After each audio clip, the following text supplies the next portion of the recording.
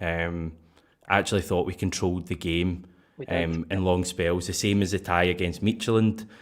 But when it's stating the obvious, but when your strikers aren't up to it in general, or your striker or your attackers aren't up to it in the final third, and when your defenders are making, silly mistakes and letting attackers in too easily, you're not going to stand a chance in a match. And that final goal, I've actually not seen it back, but from the first glimpse at it, it just seemed like a horrible goal to concede. I don't know where Scott Bain was.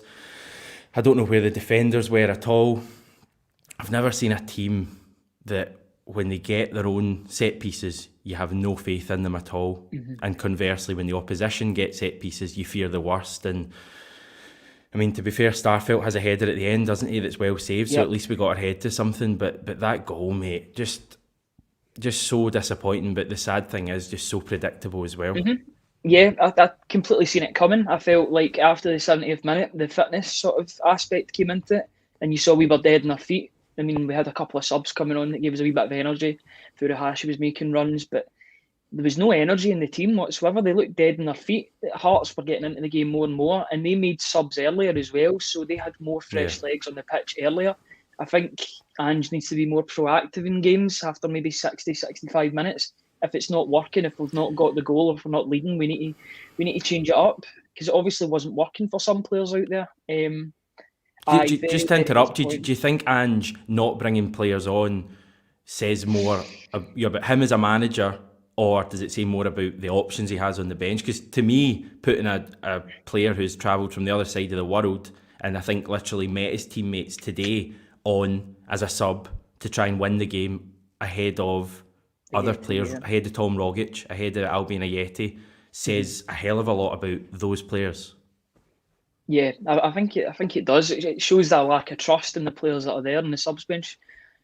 Obviously, he knows this guy from Japan. He knows he's the business, and he was brought on. I thought he had a couple of nice touches, but there was some other bits. He looks a wee bit lightweight on the ball. Maybe he needs to put on a couple of kilos, but that just comes with the league. He'll get used to that over the next couple of games once he's got maybe his first 90 minutes under the belt, or his first 60, 65 minutes. But no, it was very disappointing. It's nice to see him get on the pitch. It's nice to see Starfelt playing, but at the same time, it's disappointing that they've had to come in rushed, you would say. And I think Starfelt was rushed into it. Looking back, and hindsight's a brilliant thing.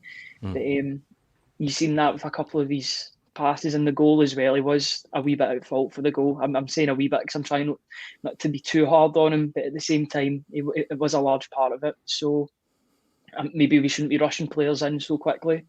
But it's very disappointing. It's difficult because it's so fresh. It's difficult to talk about it, but it's just anger. But at the same time, it's anger. But I'm not really surprised that it happened, because the warning signs were there for 20 minutes before the goal went in. Yeah, I mean, I think Starfelt did, start off pretty nervously, mate, and we could tell that. He actually had one in the first 60 seconds that he kind of misjudged, and it went over his head. Clearly a player, I know he did all the press yesterday, and I know he was being talked up to start today, and we probably both thought he should have started today. Yep. But I think in hindsight, possibly making your debut, a couple of days after finishing quarantine. I mean, I think he was in quarantine till early this week, and making his debut at one of the toughest grounds in the league. I know they're just a newly promoted team by definition, but a real tough place to go. You're going to get tested at Tynecastle, and maybe in hindsight, certainly in those first 25 minutes, you would have wanted, a player who's played recently. But I thought Starfelt did grow into the game. Mm-hmm. He's clearly very good in the ball. That was one kind of thing that was encouraging from the game tonight. Him and Beaton, both very good, with the ball at their feet, can both find a pass. Beaton was almost playing as a deep-lying playmaker at times in the second half when Hearts were so deep. But just huge question marks over near Beaton's defending once again. But yet again, we're kind of forced to go for near Beaton because we don't really have any other options at the club that apparently can be trusted. Just the same old issues. I tweeted that for me in key positions we've got players who are quite plainly not good enough. Others that are not interested. For me, that's my opinion. Players aren't interested, and other players who are just untested. and not ready to make the step up quite yet to Celtic. They maybe will in the coming weeks. Hopefully they will.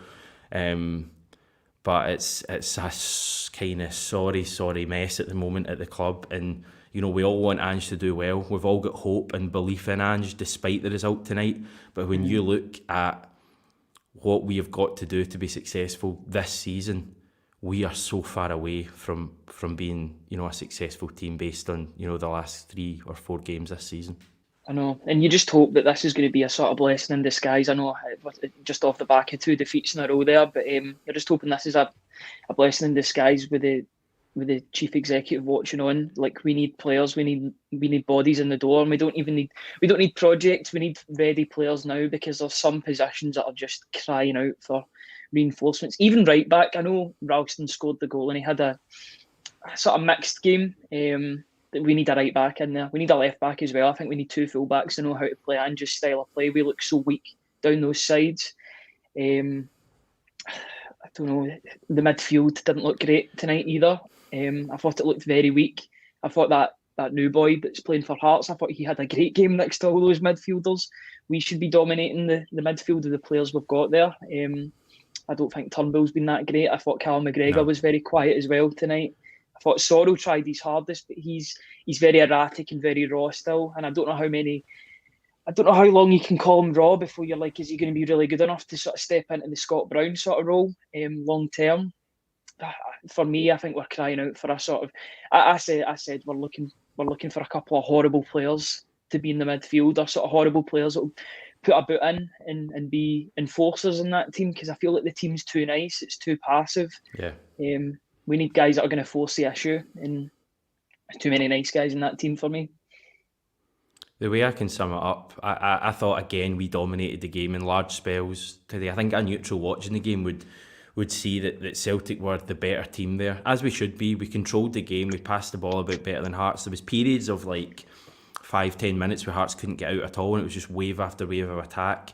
But I still felt at 1 each that they were the more likely to go on and get a winner. And I felt the exact same in the tie against Midtjylland, both at Celtic Park when they scored that free kick and on Wednesday night. And it's just because I have absolutely no faith in our defence, and even more so in our goalkeeper. And I honestly think, yes, we need options, going forward. I think we need a left winger, maybe 2. We definitely need options as a striker. But I think the priority has to be sorting that defence, because you are not going to win any games against any team, even in Scotland in the Premiership, with a defence that ropey. A defence that will just concede chances out of nothing. A defence that does not look convincing defending set pieces at all, as we saw in the closing stages today. We have to sort that defence. We need a new goalkeeper. That much is so clear. Because every single game that passes, we're talking about a goalkeeping error. And Bain's not convincing. Barkas isn't convincing. Conor Hazard, God love him, but he's not the answer for me for Celtic. We need to bring in a goalkeeper, and we need to do it soon, because we've got Hearts coming up again in the Cup in a fortnight. We've got this tie against Jablonec, and imagine if you're a Jablonec fan or their manager or a player watching that tonight, you're thinking, wow, bring on Celtic Thursday night at home. Let's put them out. And I have no faith in us getting through that tie. We need players in as soon as possible to have, it sounds huge saying it after 1 week of the season, to salvage the season, but I do genuinely feel that if we don't do this quickly, or in the next 10 days or 2 weeks, we're going to be looking back at us possibly out of the Europa League already. God knows how many points behind in the league already, maybe out of the League Cup. It's that serious for me right now. We need players in, and it's as simple as that as well. I mean, in terms of points behind, are we talking first place, second place? I don't want to be too dramatic, but there are other teams in the league that are more settled than us. They've already got their back line sorted. If you could ask maybe Hibs or Aberdeen what their starting 11 is, they'll probably know who their starting 11 is, and they can just go into a game like that. I don't know what our starting 11 is, or if I do, then it's not good enough. We're in a state of flux at the moment. It's a bit of a disaster. I said that this was a must-win today, just to sort of silence the sort of doubters and get a wee bit of positivity back after Wednesday. And instead it's just going to get louder and louder, and the fans are already very restless for the way that the rebuild is shaping. It doesn't really feel like too much of a rebuild because there's still a lot of those players that were led last season that are still lurking about. It feels like a reskin more than anything. We need bodies in the door quickly and urgently, and especially in fullback. I don't want to repeat myself too much, but it's crying out. I mean, God love him, Greg Taylor. I mean, he tries his hardest, but he's not a Celtic fullback for me, and I feel bad in saying that because he gives his all every game, 100%. But I just don't think he can get to that next level that we need. We need somebody that's going to be attacking and defensive, and he just has nothing going forward for me. And Ralston shouldn't really be in this position that he's playing right back. He was third choice last season. I think how many games did they play? Was it 1 or 2 games he played last season? Yeah. All of a sudden he looks like first choice. That's a problem. We should be strengthening, not weakening after last season. And it's a bit worrying for me. Yeah, I mean, we're kind of hoping that they're going to get these players in and these players are going to bed in straight away, but I genuinely don't see any guarantees at all. You know, you chat about the rebuild there, and I had it in my head this season would be a fresh start, and to an extent there has been a fresh start with getting a new manager in, but it does feel more so like a continuation on for last season. I don't really see much of a fresh new Celtic in this team at the moment, and the sad thing is that I don't even really think it's Ange's fault at all. I genuinely don't think he has the personnel in that squad to do what he wants to do. I don't think he's got players who can play the way he wants to play. But he's going to have to sort that out because otherwise it's not going to work for him at Celtic. He's going to have to be ruthless. I'm all for giving players a chance, and he did it with the likes of Barkas, and Barkas is out the team now. He did it with Ajeti in the early friendlies. Ajeti is nowhere to be seen at all. No. But he has to be ruthless now because we have lost 2-1 in Midtjylland, Champions League qualifier, unacceptable result for Celtic, and 2-1 at Tynecastle, opening day of the season, our first defeat in an opening league game, I think, since 1997. Unacceptable. That's when I was born. It's mental. Says it all, mate. Honestly, that's the start of the day. That says it all. That it's 2 unacceptable results, and it's early days in his time at the club, but how many more unacceptable results can we have before, you know, fans really turn on Ange? I think fans at the moment still realise that this is the board, this falls at the board's door because we've not got the players in. But you know how it works, mate. As time goes on, if we don't win next week against Dundee, if we go out with the cup to Hearts, if we go out with the Europa League to the Czech side, it's going to start coming at Ange's door. I think he's got to be ruthless now. I genuinely think he's got to be ruthless, and he's got to get players in. He's got to make it his absolute mission to get players in. You know, maybe not by Thursday because obviously the registration stuff, but by next Sunday we have to have, you know, at least 2, maybe 3 players in the door.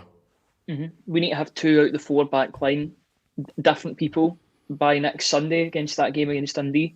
Right back and keeper. Right back, keeper. I was actually meaning left back as well, but there's 3 actually. I would have 3 in an ideal world. I know it's not the ideal sort of time to sign players, obviously, with the situation we're in just now, but needs must. We're in a crisis of ourselves when it comes to that back line. Every time a team goes forward, it looks as if they're going to score against us. It's like a basketball defence. It's not like a football defence. You're supposed to be rigid, but this is Celtic we're talking about, and we look like a lower league team when Hearts were coming forward. I mean, every time Boyce looked like he was going forward, or Ginnelly, they looked like they were going to cause havoc. We can't be having that. We need to be limiting them to as few chances as possible. It's not ideal whatsoever. The team's in complete flux at the moment. It's very lopsided in certain positions because you get some positions that were really strong in and others that were really, really weak in, and the scale's getting tipped in different ways, and it's really, really annoying to watch. It's the worst hand that a manager's been dealt with, at least as far back as I can remember supporting Celtic. The guy, Ange's on a hiding to nothing here with this team. Lennon had a good team. Rodgers had a good team that he was going into. Even Dyla had some of the players that Lennon had. But, I mean, we're in dire straits at the moment in terms of where we are in terms of the team. It's not great at all. It's hard to be optimistic. I'm trying to be as optimistic as I can about the future, but these results are really, really sore, especially so early on in the season. And like you said, as a domino effect, people will blame the board for maybe 4, 5, 6 games, and then they'll turn on the manager. That's just what happens. That's what happens when you're at a big club. And it's up to Ange to sort of press the board and press the people who are higher above him to get the players in that we need.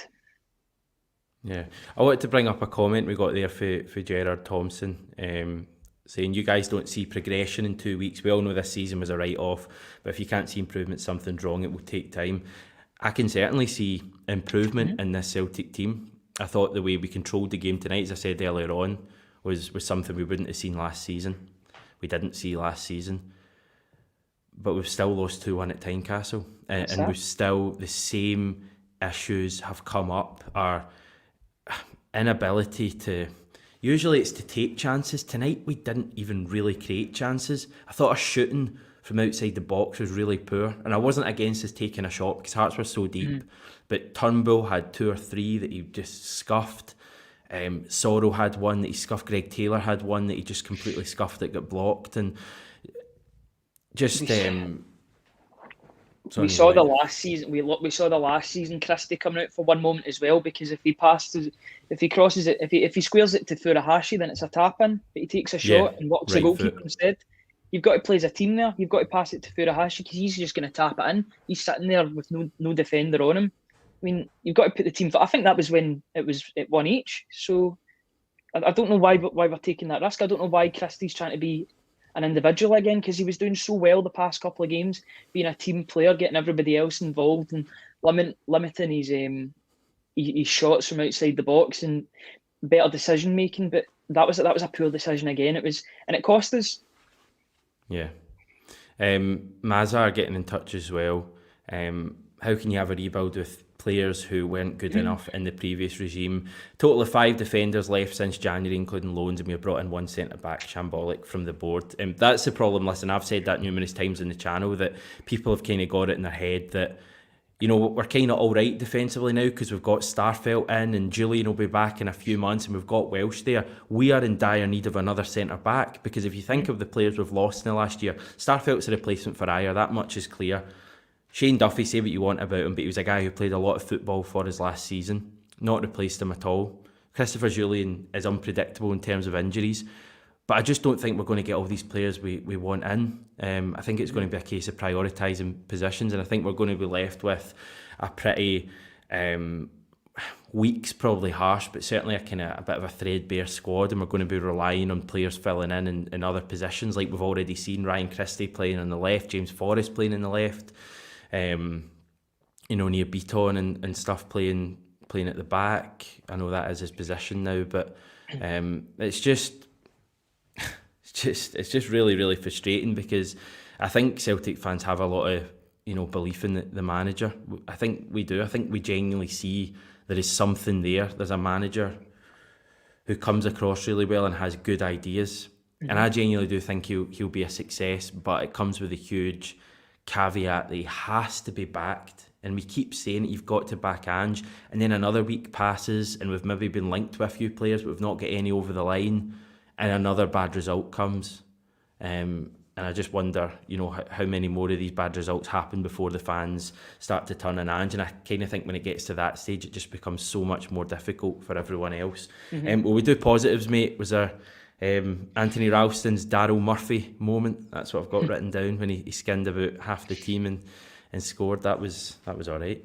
It feels like it was forever ago too, because we lost the game obviously, but I thought even when we scored, and in the 5-10 minutes after that, I thought there was only going to be one winner in the game, because the game had totally turned. We were totally positive. We were getting loads of people forward. It's just the same problem again. We were like a blunt pencil up front with Edward. Edward just does not look sharp whatsoever. He's just cutting about like a shadow. I love how this is meant to be the positive section. I know. I'm trying my hardest to be positive, but it's so difficult. I'm trying to think of other positives. After the goal, I thought Starfelt was really good with his passing and coming out with the ball. He shows he's got a good range of passing, long passing. I thought Sorrow had an okay game, but it was just an okay game at the end of the day. It wasn't outstanding. There's not really much you can take from it because a defeat's a defeat at the end of the day. Very, very disappointing. Disappointing indeed. Listen, we're going to leave it there. It's not what we wanted to be doing on our Saturday night, but I appreciate your time, Ryan, and appreciate all of the Celtic fans tuning in to watch. We'll continue to go with all the 67 Hay Wheel stuff in the coming days, and hopefully we'll have some more positive times soon. Apologies for the stuff that went on earlier. That sounds really ominous, but it was actually just a kind of camera malfunction. I'm actually using my built-in laptop camera as opposed to my kind of external one, so it's been a bit rope-a-dope this stream, but that's kind of in keeping with the Celtic performance. Thanks for watching, everyone. Remember to subscribe to the channel, and we'll speak to you very soon.